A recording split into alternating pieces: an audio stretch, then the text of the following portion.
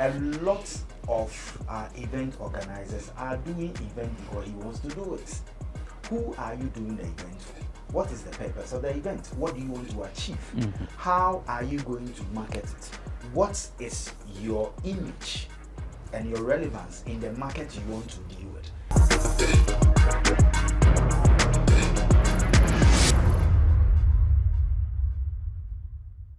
The Valentine's Day is over. I believe you enjoy yourself. Yes, I also did, because there were quite a number of events in the nation's capital and I attended quite a number of them. Even before that was the Super Bowl performance by Rihanna, and indeed it has actually courted conversation. A number of people talking about the performance and how Ghana can actually replicate that. How can we do that? We'll have a conversation on this in this episode of eForum on GhanaWeb TV. My name is Benefo Boabin Abrantepa, and my guests are seated. Magdona Nania Asari, aka Romeo, is an event organizer. Madina Social Welfare Assemblyman, and then Koka is also an event organizer. And now he says he's protecting the youth of the country, and that's because he deals with Ebony Condoms. So the company that has actually sponsored almost every event that was organized in the capital. Koka, thanks for joining us. Romeo, thanks for joining us. So, Good to have you. Yes, how are you able to do all this? It's not because we want to do it, it's because we have to do it. It's basically trying to get the awareness of that there is a need for us to put a stop to oral sex and get people to learn how to be protective. There are STIs and unwanted pregnancy. Our youth we are gradually losing the workforce that will have to take over the next generation, and it's a worry how it's going. So Ebony is more of trying to bring the sexual reproductive conversation where we expect parents to, as early as 6 years, get kids to know their body types and everything, so that if somebody malhandled or anything goes wrong, they can advocate. And then to the kids in school, especially our universities, where now there are no entertainment programs, Bomiro and these things going on. We want to curb it. So we brought Ebony, and Ebony is a female appeal condom, the thinnest condom now in the Ghanaian market, with flavors that suit what the Ghanaian male and female wants, so that at least there's a love for it, there's an open conversation about it. And if you see, people can boldly go for Ebony, people can boldly talk about it, and we want to be part of the youth to change that narrative.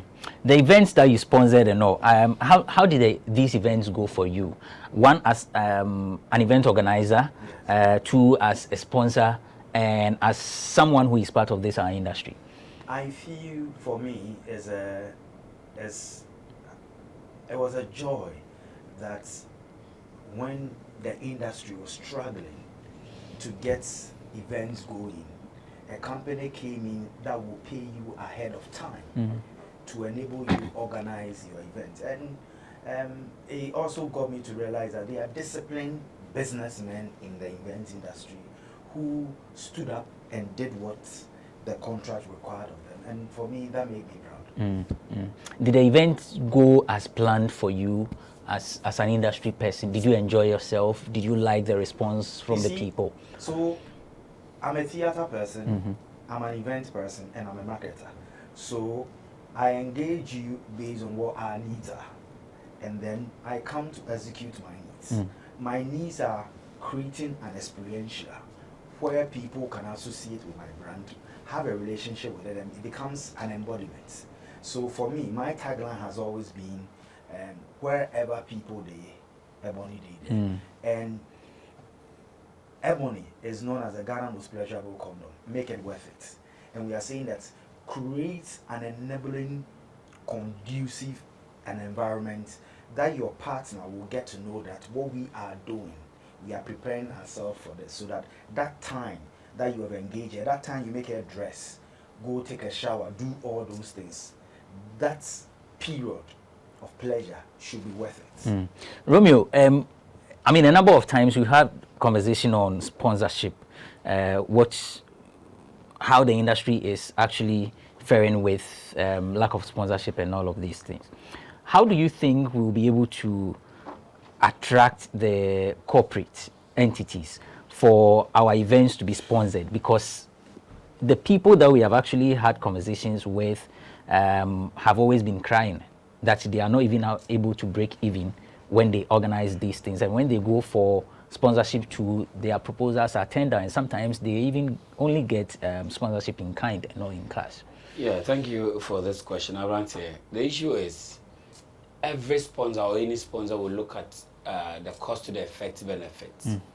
Whatever he inputs in, he would like to see the rippling effect it will have on its products or its service, whatever it's selling. So if people, it's not just about people interested in just throwing money about, okay, you are this artist, okay, you are just a fine artist, so you're just doing a show. And then, you know, every brand a year under review has this CSR or project agenda they want to embark on. So once your proposal suits and then your outline measures up to their demands or requirements, then voila. But some people don't consider the brands even before putting together their programs. It's just about their vision. There's a more reason why you would have to speak to people, dig deep, get inside there to give you info. If, for instance, you need a sponsorship for a bank, you should also look at, okay, what is their CSR for a year under review?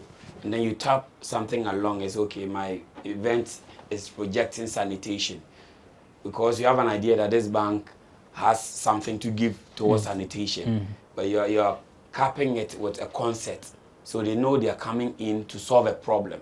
So it's not just about throwing out money. That's why most artists will come to tell you, okay, I didn't get sponsorship for my deal and a whole lot. And it's all about your message and how you present it. I see.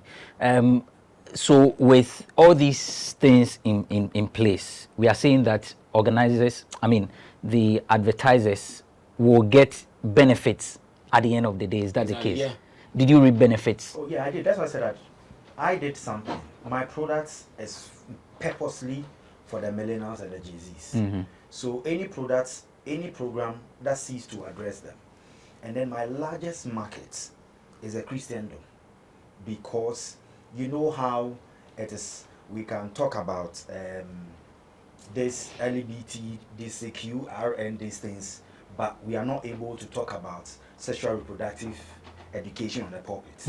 So that market is huge for me. So anybody who is doing a program, like an Ebo White program, like a George Quay program, I know these people are my targets. Now, if I give it to an elderly person, the elderly person will give it to the son or the daughter and have a conversation about.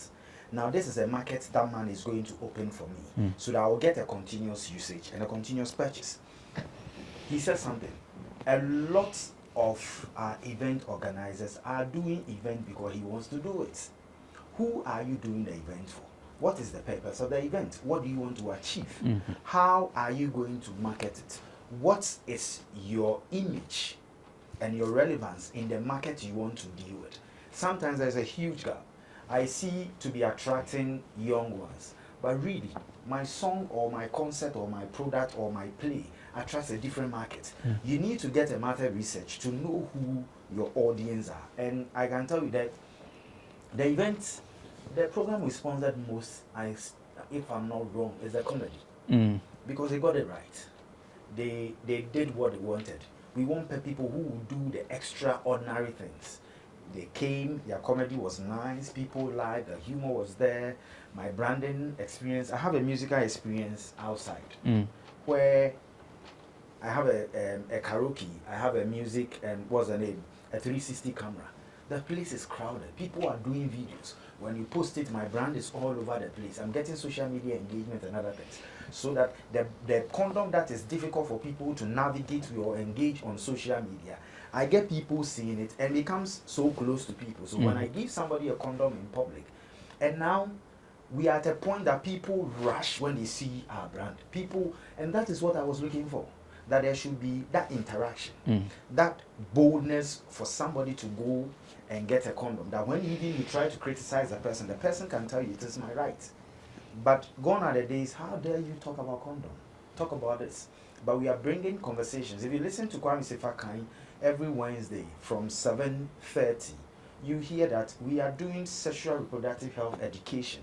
We are bringing parents, we are bringing youth, so that the realization that we need to have it to curb the sexual transmitted diseases, to also curb teenage pregnancy, and also reduce where we have gotten to now, the youth. Abstinence is a challenge. So find other ways to control so that you have the right human resources when the need comes for them to work for the country. Right, so let's put a break on this and go for a quick break. When we return, we'll talk about the Super Bowl and the conversation that has been going on around it as far as the industry is concerned. It's eForum on GhanaWeb TV.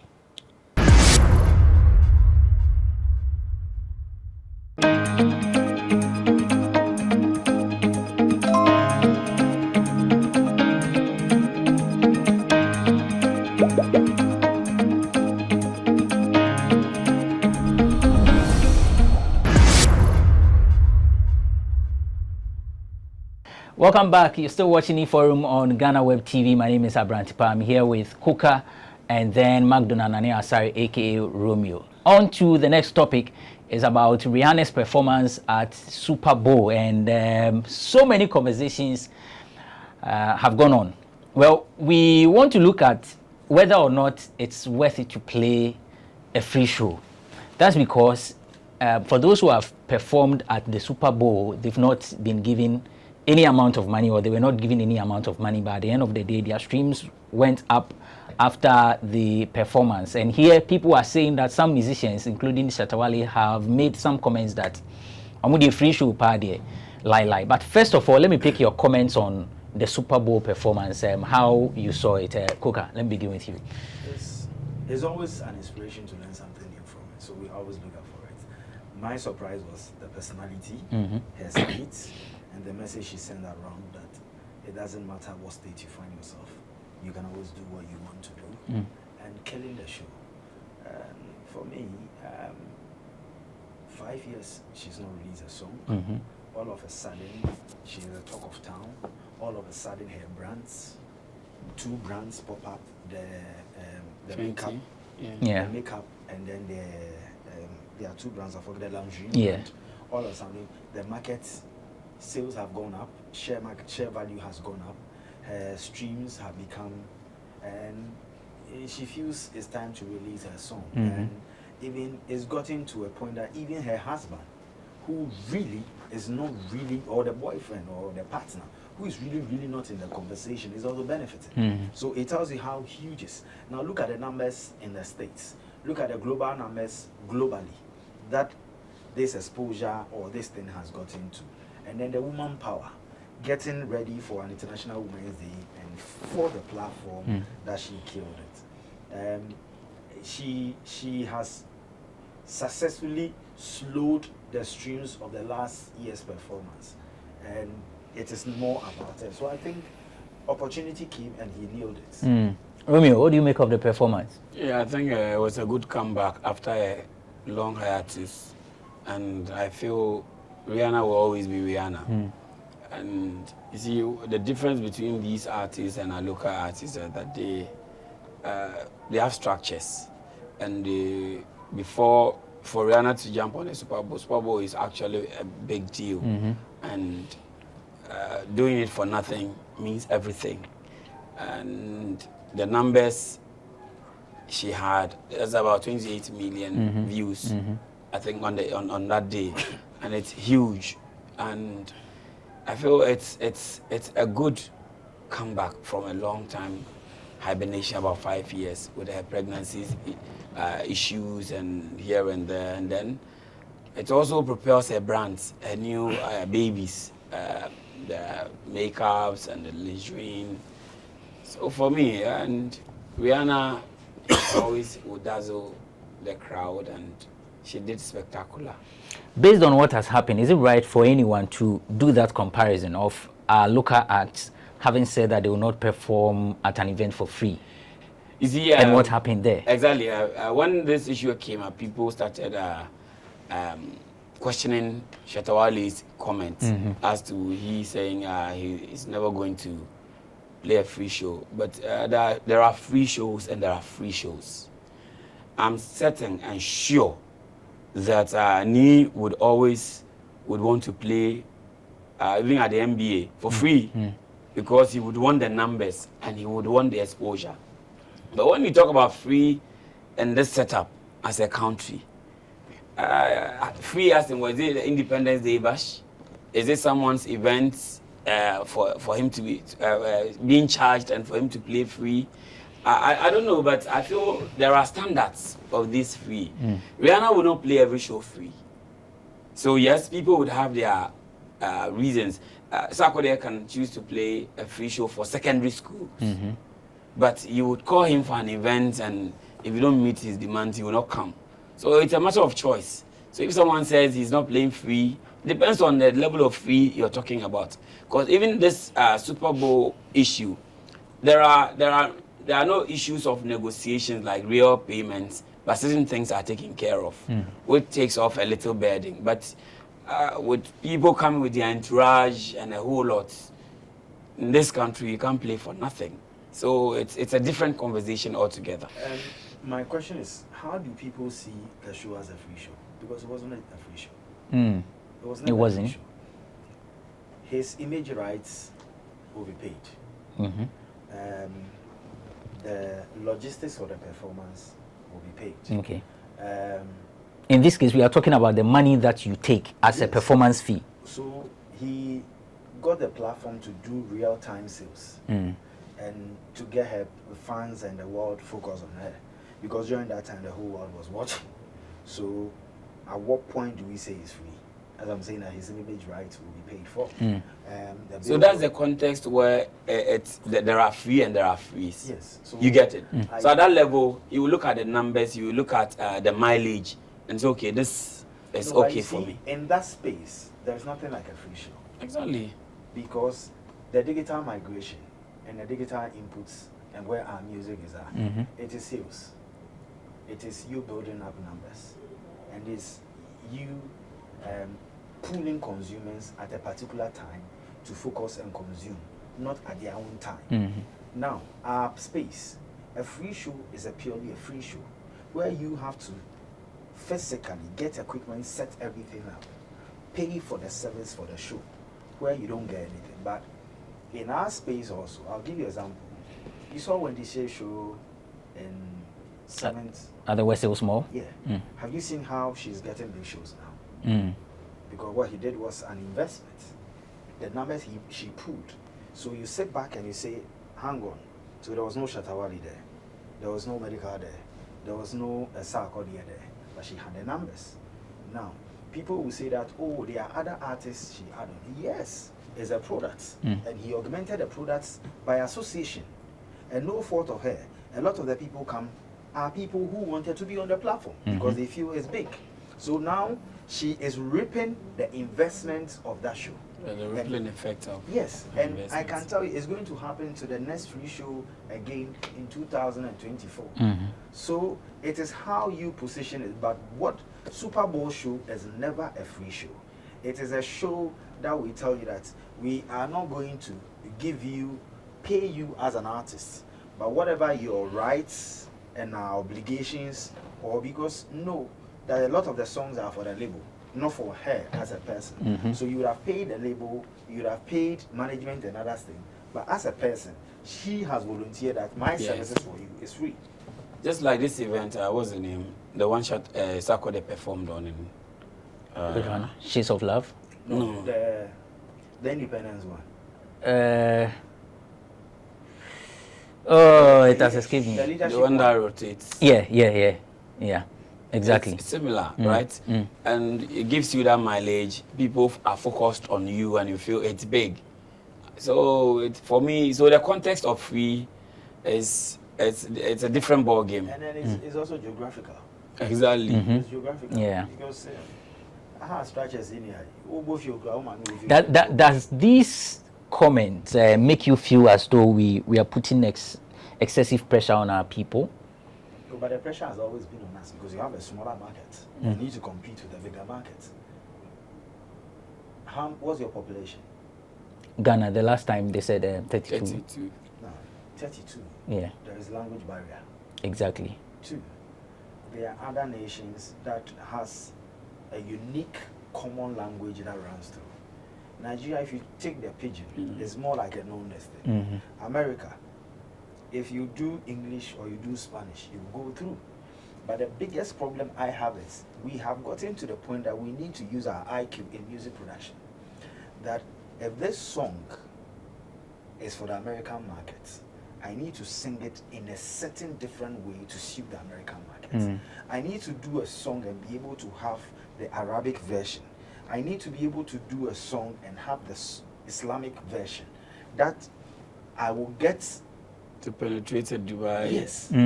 We should start going language specific and enter markets. So but some people would say that music, like language is not a barrier to music. Like music is music. I'm also, so where does this come in? When you penetrate by association and they like you, your originality will come. Just like Angelique Kidjo. Okay. Angelique Kidjo's language is sort of Ewe, Funbe, you know, these Benin languages. It's not understandable by all, but they enjoy the naturality of the music. But she makes available the lyrics for people to understand what you're saying. Exactly. So all How these many things. of our artists do you know the songs? Do people know what? Are you sure? Ghana, Nigeria, the songs people jump to. If they realize the words that are being used, they will jump to them. Some of the lyrics, there was a time I was listening to a certain song, then I got to know that we have actually been singing a very profane song. Good. Like I paid attention to the lyrics of the song, but I noticed that when people are enjoying the song, they don't even pay attention to the lyrics. It's the beat, it's the rhythm, it's the melodies that they are thinking of, and that's all. The day somebody picks your work to study, then a mediocre comes in. Yeah. And then that day your brand is gone for good.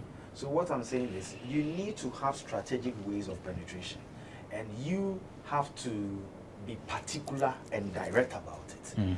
If I want to go to Nigeria, my cost of featuring will be overshadowed by my promotion, because how much do I pay the artists and how much do I pay for promotion?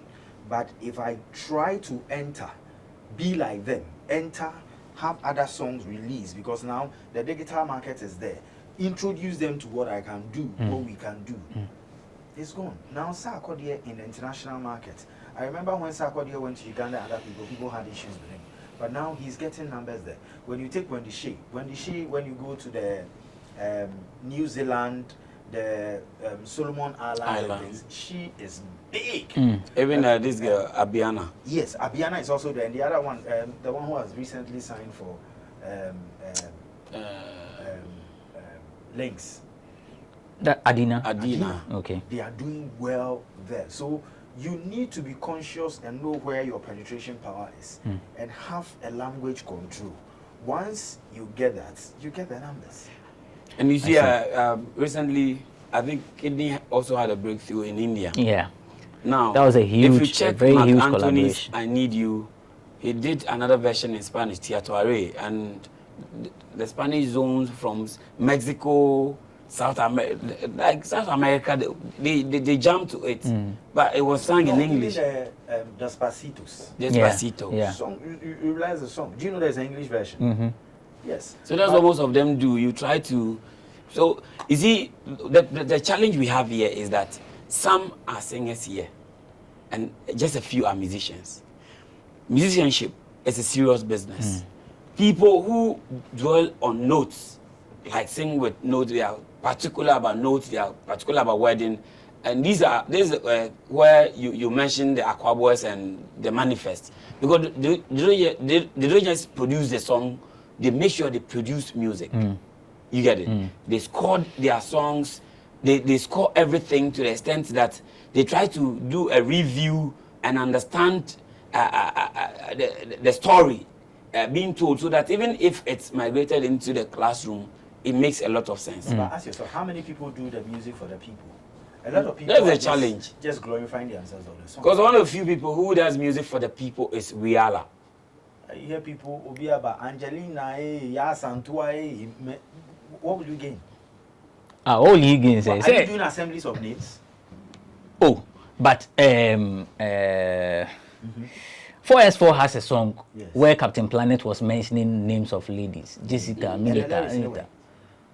But around that time, people jumped to the song. Esmeralda. Yeah. Now, I am happy you said that time. Around that time, people jumped to it. We are going forward. Backwards never. So you see, it's not able to stand the test of time. But say Maidian, the Abu Angela by Kwame Eugene. So let me now say is the biggest error and mistake.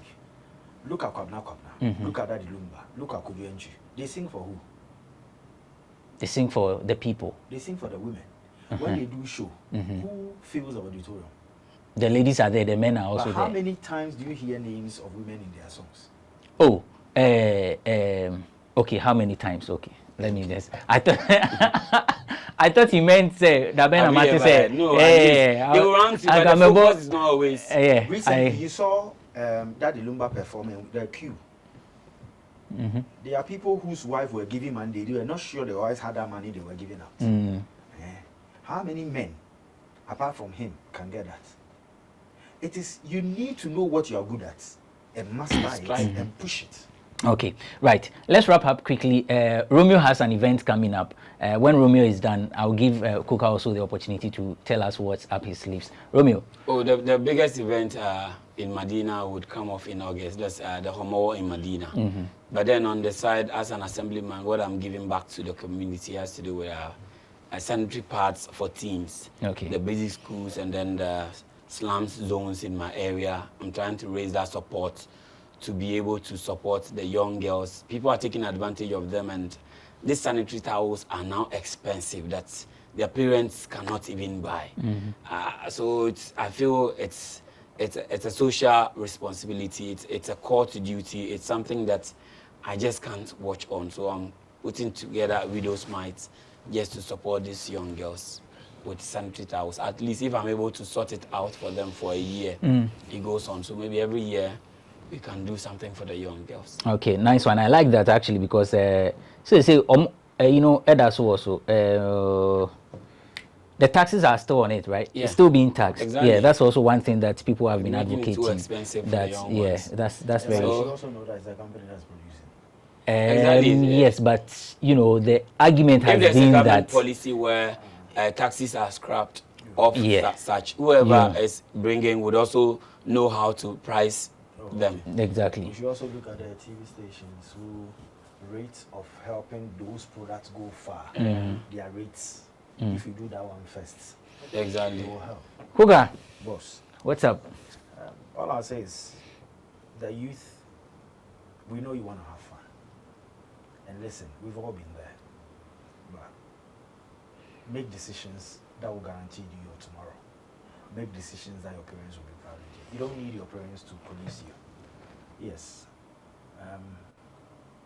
HIV, STIs, unwanted pregnancies. Yes, you can say is you've seen somebody who had unplanned baby and now today he's doing well. That might be 1 out of a million. What will be you? Whatever you do, be careful and have protection in your mind. And girls, wherever you go, just have your condom. We have all the flavors there. Just let it in your bag so that when the time comes, we don't know what is rubber. But when you are protected, I am protected. Right, that's Kuka, an event organizer. He's now into marketing. Social marketing. Trying to communicate the healthy new ways of living and impacting society with communication. Thank you for coming, Kuka. Thank you for coming, Romeo. Thanks for watching this episode of eForum on GhanaWeb TV. We'll be back some other time with yet another riveting conversation. My name is Benefo Boabin Abrantepa.